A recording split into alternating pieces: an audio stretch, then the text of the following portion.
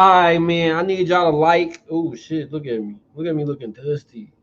I really did that to myself, y'all. Anyways, we gotta hurry up and do a quick reaction. I only got 15 minutes to do this.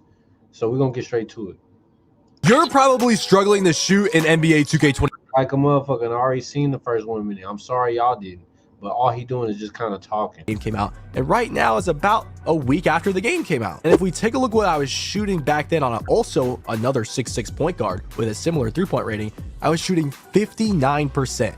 So I am only shooting 2 less percent a week into the game on this basically the same build in 2K24 as I am in 2K25. And I am convinced that my shooting percentage will only rise and probably eventually get into the 60s and 70s like it did in 2K24 on my other builds in 2K25. And that's because I have mastered the shooting and I know exactly how this game works when it comes to the shooting. A lot of the things that I know have a lot to do with making your green window bigger, or knowing what visual cue to look at, knowing how to time your jump shot, knowing what features to utilize in 2K25 when it comes to shooting, the settings, all that stuff. And we're gonna get into that into this video, but let me explain something right quick that 99% of people don't understand. A lot of you guys are struggling with the shooting in 2K25 because you think you time a jump shot correctly, but you miss it and it's messing with your head. When in reality, you are timing a lot of jump shots correctly in 2K25 and they're not going in. And the reason they're not going in is 2K is attempting, notice how I said attempting, to try to lower some of the top players' 3-point percentages compared to other years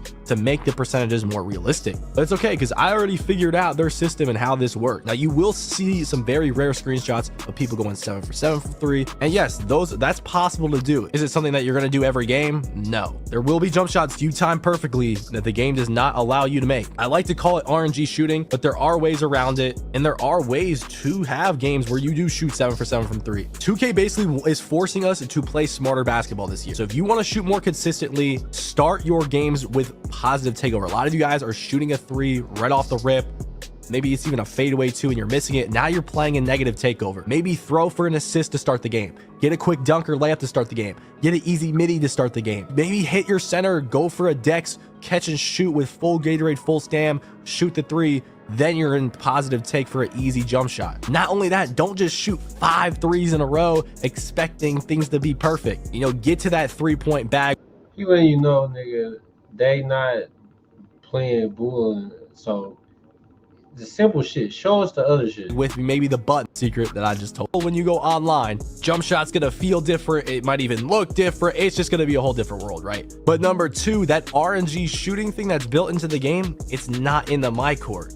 I've seen a lot of people that like to argue against this RNG shooting thing being in the game, with, you know, screenshots of people going 7 for 7. Yes, that can happen. That doesn't mean the RNG shooting is not in the game. RNG shooting may happen once every 5 shots. It may happen once every 10 shots. Hey, it might happen twice in 3 shots, right? But what I will say is it doesn't happen at all in the my court. You can green 100 threes in a row in the my court and you're gonna think you're the best, but in reality, a lot of these shots that I'm shooting right here might not go in online. So you're probably wondering, okay, so where should I practice my jump shot? Let me go ahead and show you. So the best place to practice your jump shot, if it's not going to be in game, because obviously the best place is to practice actually in game when you're playing online against these players. If you don't want to do that, you can go to some of these garage courts that are like, see this garage court right behind me if there's no one here. And luckily right now there's no one here, but usually there's people there. But you could also go down here at these courts in the back. There's also some courts over there. There's also some Gatorade courts over there, or basically any court that's just like can be played online that has no one playing on it. So you just hop on a got next spot just like this, and you basically go into the warm-up, you know, thing. And obviously you could already tell that there's just a lot more latency in here. So basically, oh, so they got a fucking jump shot practicer on this game. Go practice your jump shot on courts that are able to be played online with. That does not include those co-op courts. It doesn't include the Chris Brickley gym. It doesn't include Lethal Shooters gym. Don't go to the my court. This is by far the best spots to practice your jump shot. So once again, this court right here, even the Gatorade court right next to it, one of these random garage courts around the city, or maybe this court right next to the racetrack. And just so you're not lost, the Gatorade courts are right here, The courts next to the racetrack, there's one right here, there's one right here, and then there's like garage courts that are always have this little logo on them right here, like maybe like the AT&T one, or maybe the hotels.com one over here. Literally just, or it could be like a actual park court, stage court that's just not being taken. Now it's time to go over some simple tips and tricks before we get into those settings and exactly how all those work. Now, obviously, there are boosts in this game. Now, I know what a lot of you guys are thinking. Okay, this is an obvious one, but I don't want to spend my VC. But I'm just saying, you can't want to shoot the best you possibly can in this game and then also not buy jump shot boosts. Like, they make a difference. They make a clear difference. I'm not going to be playing games on 2K without jump shot boost personally. If you don't want to spend the VC, then don't spend the VC. Now, if you want to go even further, buy this green thirst quencher Gatorade. This gets a little more expensive. Personally, I don't always buy these, and he is smart. This nigga's smart. I have a million VC right now, and I still don't want to buy these sometimes. I'm sure a lot of you probably don't want to buy them, but hey, extra stamina equals more stamina by the time you shoot the ball, equals a higher chance of making the shot. So those are the two best things that you could directly buy with VC that can boost your shooting in 2K25. Because obviously the jump shot boosts are just going to make you make jump shots more often, and then the Gatorade boost is going to give you an extra blue bar on your stamina. So by the time you get open, like I said, you're going to have more stamina. Now we're going to talk about hot zones. So we go ahead and take a look at my 2K player card.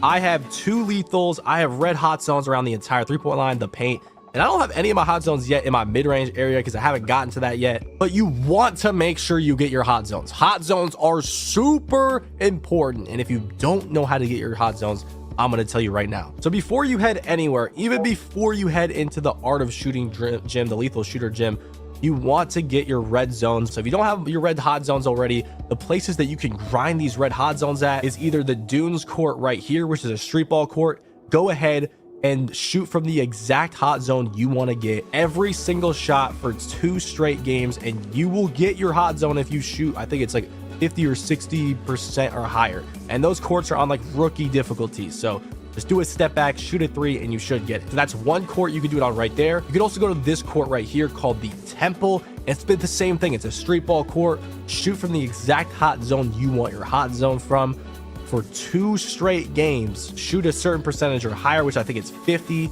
Could be 60 if I'm wrong, and you will get your red hot zone with that. Not only that, you could also do this in MyCur, which is going to be in your NBA arena right here if you want to go play a MyCur game.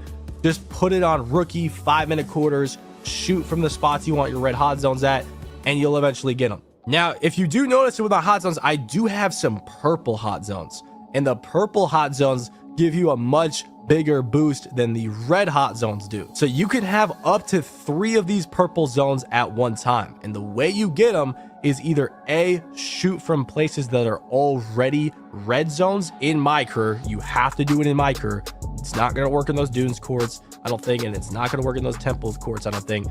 I would do it in MyCur to be safe because that's where a lot of people are reporting they could get them from. But if you want to get them super fast, all you have to do is go to this lethal gym once you get your red zones. Now, keep in mind, you can have these red zones wherever you want them. In reality, I could have every single zone a red zone, just because, oh, even if I shoot this shot 1 time in 20 games, I'm going to have a red zone there and I'm going to have an advantage, if you want to think like that. So yeah, you just get red zones everywhere if you want, but these purple zones you want where you shoot the most. So once again, you can go back to this shot chart and see where you're shooting the most, so you can have bigger green windows and more success rate in those spots.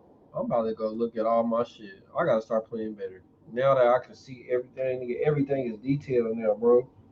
Nigga, this is the new age generation, bro, and I'm bullshitting because I'm just grinding, shooting, trying to get badges. I didn't play like 10 career games, nigga, and I ain't got shit. I got a bunch of bronze badges. Spots you're shooting the most. You got to put your overall up too, just to get the badge, to just start off the badge of getting the bronze and then the suit. You know, like I didn't grind. I've been at 85 overall, and I ain't been able to get my rise up gold because I haven't had my standard dunk up. It's some weird shit. I don't know. It's shit weird. And that's where you're going to want to have your purple zones. So like I said, you can have up to 3 at most at a time. And if you want to get them immediately, you could go inside this lethal shooter gym. And I already did this challenge, but basically you're going to go up to lethal shooter. He's going to have a mark on him, and you're going to do either one of these 3 drills, one where you get 3 lethals in for 3 weeks, 2 where you get 2 lethals for 2 weeks, and 1 where you get 1 for a week. But before you go into that challenge, make sure you go to your settings and put it on rookie. I didn't do this. I had it on Hall of Fame, and I thought lethal shooter was the second coming of whatever, bro. I don't know. He couldn't miss.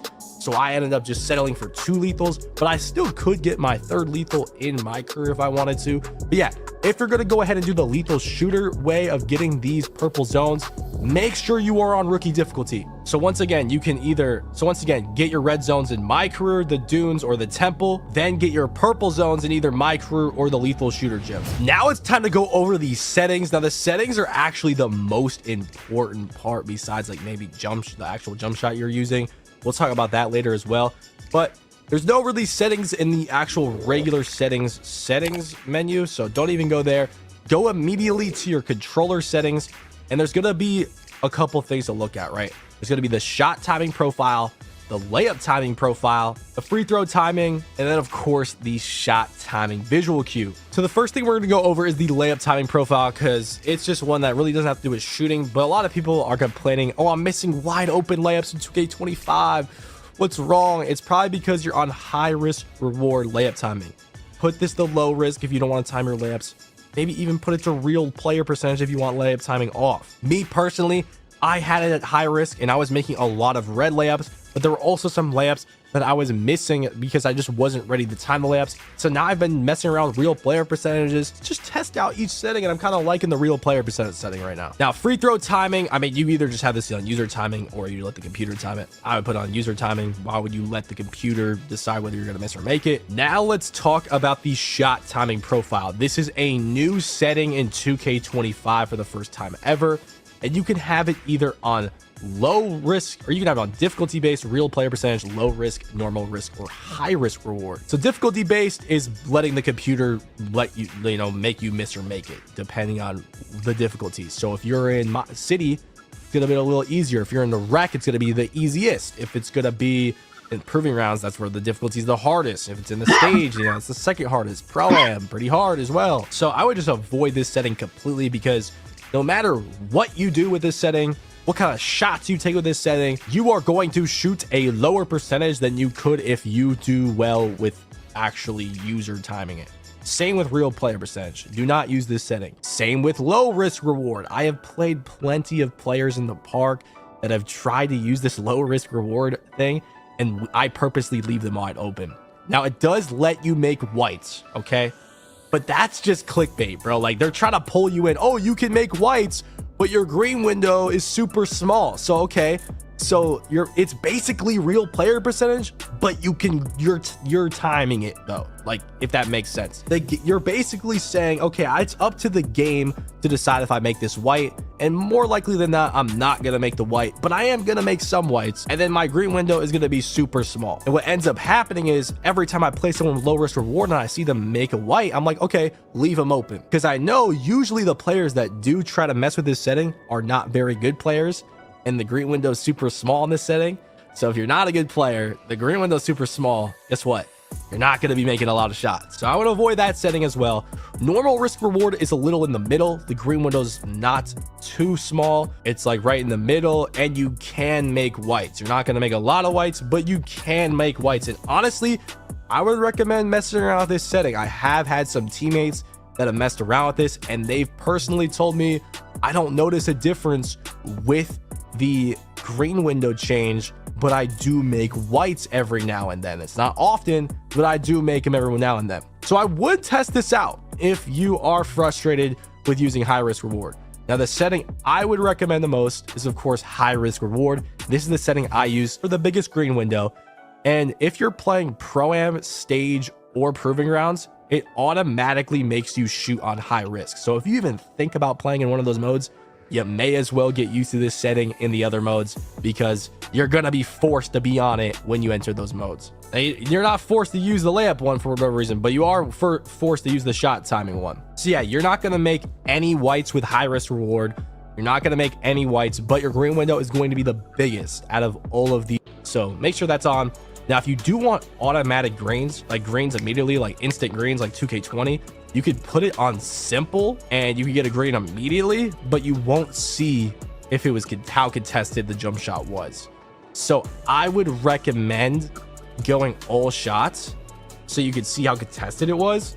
But hey, maybe you don't want as much information after a jump shot and you just want to look cool, put it on simple. Personally, I don't care about that. I want more information on how open or contested my jump shot was. So I'm going to go all shots. But yeah, you could also adjust a bunch of other little things here, but that's how you take off your meter. Now going back to these controller settings, when it comes to the shot timing visual cue, this is going to be, it's basically a setting to know when to release your button or your stick, and we will talk about which one you should use and which one's going to give more bonus in 2K25 later in the video. Jump, set point, push, and release, right? But yeah, so as soon as your my player jumps off the ground to shoot the jump shot, that's when you release X in the stick. Now, yeah, you're probably thinking, okay, why would I do that? I have such little time to read and react to what kind of animation I'm getting. Yeah, I agree. That's why I wouldn't recommend jump no matter what you're using. And guess what? You could sit here and argue with me and be like, oh, but I'm doing good with jump. Guess what? You would be doing better with one of the other ones I'm about to talk to you about. So now push is the time it right shooting pocket, the animation you're getting. So hopefully that helps where to time it. I think this will max for release. It has all traditional, anything else that can increase your reload timing.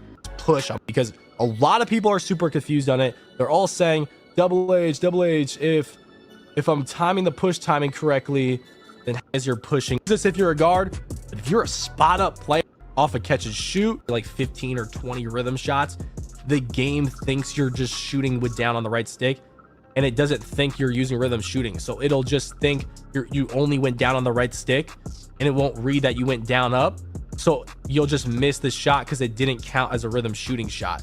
So there's two downsides of rhythm shooting, but if you master rhythm shooting, you're going to have a bigger green window and you are going to shoot a lot better in 2K25. Do I rhythm shoot every single jump shot? No, unless I'm on the ones court. On the ones court, I do rhythm shoot every jump shot. I do like to rhythm shoot every catch and shoot, and I do like to rhythm shoot off certain dribble moves because I just have a huge advantage in doing it. Hopefully y'all learned some new things from watching this how to shoot video. Make sure to check out. I got a million VC. You don't got time for that bullshit. On my soul, it do hit different when you got a million VC. That's how a nigga was on two. At like towards the end of the year, that's when I'm balling. Like most of the time, because after I play damn near a whole season of my career, I'm getting all type of fucking endorsements and shit at that point. And then I'm playing hella fucking park games. I'm getting 700, 800. These little, it's just stacking up. I ain't buying clothes like that. I'm a real gritter type shit. But this year, I'm about to try to cash out, bro. A lot of shit going on this year. Like, comment, share. Man,